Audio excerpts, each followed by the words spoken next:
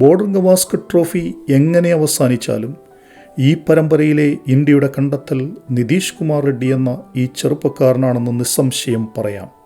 ഓസ്ട്രേലിയയിൽ ടെസ്റ്റ് അരങ്ങേറ്റം കുറിക്കുന്ന ഒരു യുവ കളിക്കാരന് തൻ്റെ കരിയറിൽ നേരിടേണ്ടി വരാവുന്ന ഏറ്റവും വലിയ വെല്ലുവിളികളിൽ ഒന്നിനെ അസാധ്യമായ ചങ്കുറപ്പോടെ നേരിടുന്നു.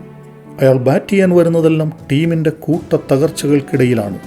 ബാറ്ററുടെ ടെക്നിക്കിലോ രീതികളിലോ ചെറിയൊരു ദൗർബല്യം കണ്ടെത്തിയാൽ കൃത്യമായി അവിടെ തന്നെ ആക്രമിക്കുന്ന ഒരു ബൗളിംഗ് നിരയെ പരമ്പരയിലുടനീളം നിതീഷ് ചെറുത്തു നിൽക്കുകയാണ്.